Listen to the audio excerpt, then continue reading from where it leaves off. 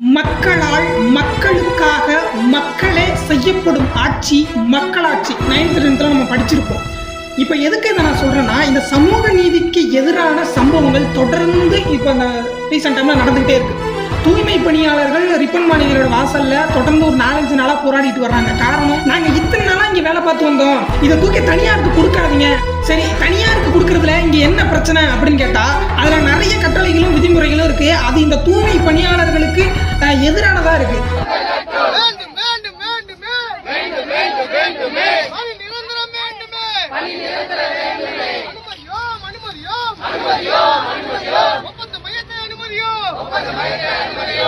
இன்னும் தெளிவாக சொல்ல போனால், ஒரு 40 வயசுக்குள்ளவங்களை எடுக்கிறதுல வேலைக்கு குறைந்தபட்ச ஊதியம் கொடுக்குறாங்க. இப்போ கொடுக்கறத விட குறைந்தபட்ச ஊதியம் கொடுக்குறாங்க.